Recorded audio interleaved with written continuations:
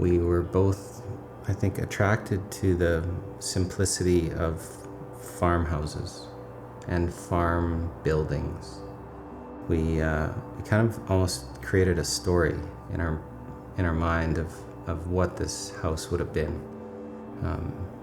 That it would have been built at one time, maybe only half of it was built, and then somebody had kids, and then they decided that they had to build more, but maybe it was built by somebody else, so it was a little bit different, but it kind of looked like the other half of the house. We wanted this house to look like it's always been here, even though it's very clear that it's nothing like anything else around it. Yeah, that's true. You enter into the house, into the breezeway, and we wanted to lead people into the house and actually create a bit of compression in the space. And there is a bit of a point where you enter into the main room, but you also turn to go up to the kids' space. You asked me what 2 things would be kind of really important to me, and I said I wanted the house to feel like it was integrated or intimate with the landscape. And I wanted a lot of natural light because I don't like artificial lighting or direct lighting. So there's very little of that in this house at all. It's pretty much all natural light. But the main floor is the public space, as well as our private living space. And then the upstairs is really where the kids get to be kids. We intentionally made their bedrooms small so that they wouldn't hide out in their bedrooms. But their bedrooms are very cozy. Yeah. It's almost like they're in their own little treehouse. Yeah. They all have a different view and a different perspective on the landscape in which they live, which is always kind of fun to hear the stories of what they see, because they all see something different. Yeah, essentially you took what would be normally a basement setup and just stuck it on top of the garage. We also, with our blended family, that was a thought we had in like the design of the floor plan as well. Having the main floor be a little bit of like our area, because there are kind of the odd moments where we have no kids at home, maybe if we're lucky for a whole weekend. And so then it feels a bit like the house shrinks and all of a sudden it's a much smaller, cozier space. We considered that this could be a place that we could grow old. We designed it with the intent that it was a house to be lived in. It's not really precious. It's meant to have scratches, things, show a history. And when we were talking about the materials that we chose, they were either chosen to withstand wear, like the concrete floors, or to intentionally show wear, like the cedar on the outside of the house. Yeah. Intentionally left to patina, marble in the kitchen, knowing that marble is kind of a little bit porous. Yeah, porous and tends to show its wear over time. Yeah, there's nicks and scratches from our pig and from our dog and from our kids, and we'll paint over them probably one day. One day. They kind of tell a story, and even that outside of the house, one side of the house is done in a smooth finished cedar, the other side of the house is done in a rough finished cedar.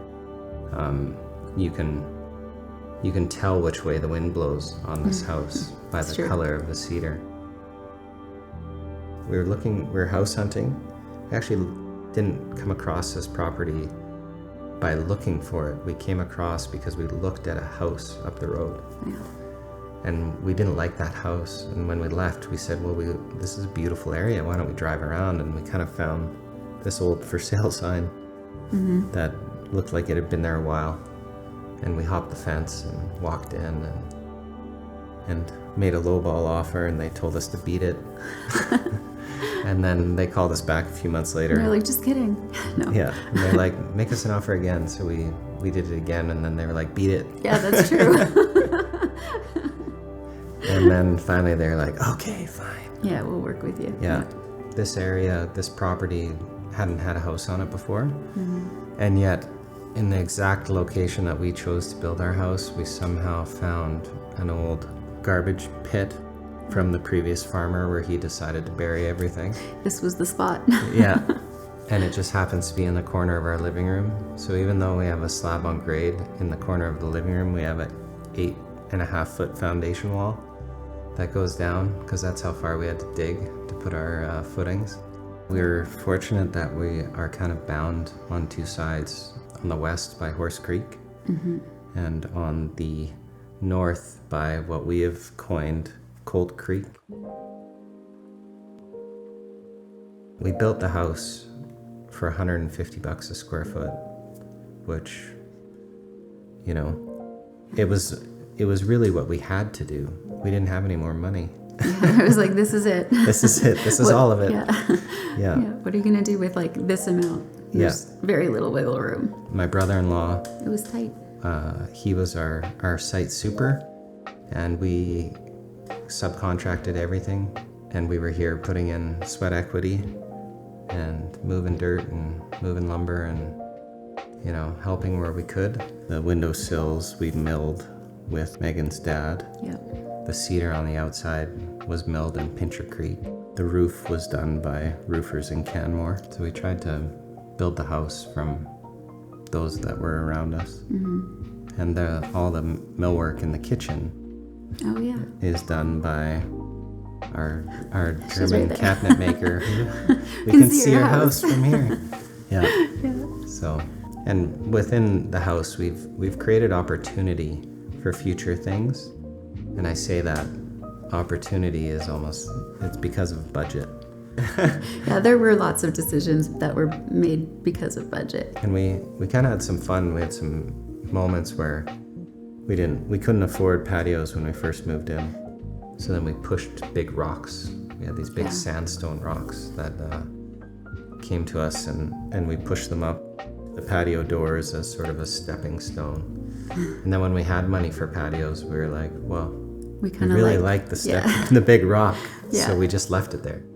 There's moments in this house where, you know, one day there's going to be some great millwork there and some great millwork there and a built-in over there and maybe you know, so there's plans not yet realized. the house is still not done. I'll say that. Yeah. It's The challenges persist. the challenges persist. Yeah.